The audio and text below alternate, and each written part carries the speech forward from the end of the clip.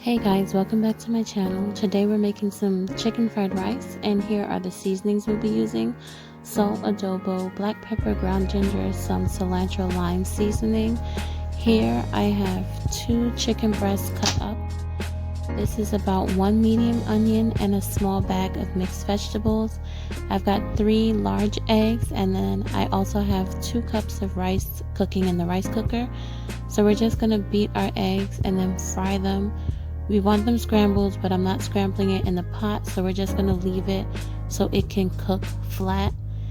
We're going to flip it over. Once it's cooked on both sides, roll it up kind of like a burrito, and then cut it in half and put it off to the side.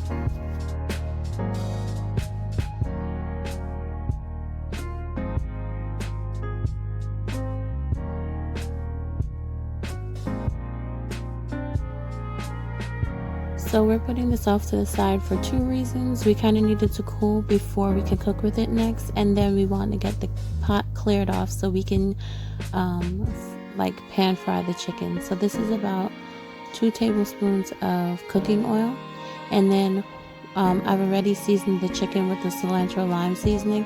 If you don't have that and you only have adobo, that works fine also. We're just going to put it into the pot and allow it to pan fry on one side, and when it gets like a really nice golden brown color or a dark brown color, then we're going to flip it over and then fry the other side.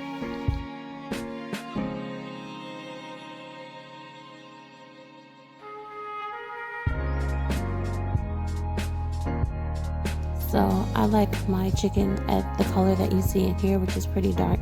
If you don't like yours this dark, then you don't have to leave it that long. Once it has reached the color that you want it to reach, then you pull it out. So I added about 1 tablespoon of oil to the pot, and here I'm adding the frozen mixed vegetables. I'm going to allow the stove is really high. It's at like a 9. So I'm just gonna stir fry it and allow the water to evaporate off of it.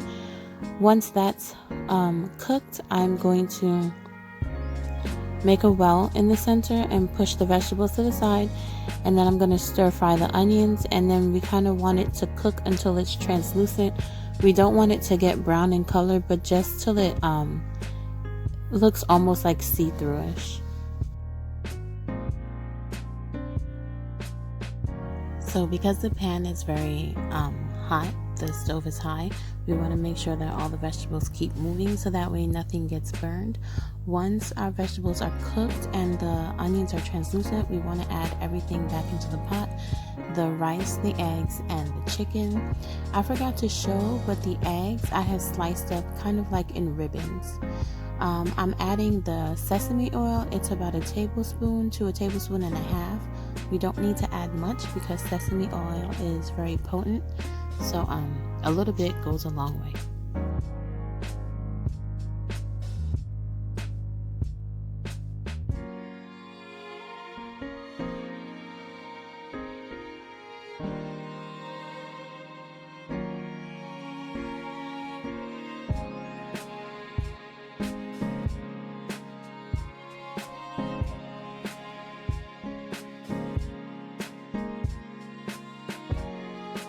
Traditionally, stir-fried foods are prepared in a wok, which is kind of like a frying pan, but it has really high sides.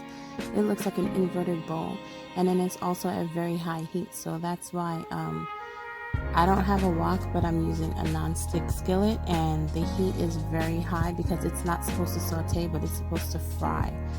So the last thing that we want to add is some soy sauce. That's going to also enhance the flavor of our dish, and then it's also going to give your rice the brown color that it normally has when you're buying food from the Chinese store or your Asian store or whatever. So basically we are done. The last thing that you want to do now is just taste your dish. Make sure that you have enough salt and pepper to flavor it. If you like things spicy, you can go ahead and add some red pepper flakes, like the ones that you would add if you're eating pizza at home. It's very similar to Korean pepper, so you can go ahead and add that to add some heat and some spice to your dish. I hope that you guys have enjoyed. this little tutorial. It's kind of like a struggle meal, but it'll help you to feel normal, I guess, with all the kids and everyone at home, right? So don't forget to please always wash your hands, disinfect your countertops, stay safe, stay healthy, stay blessed.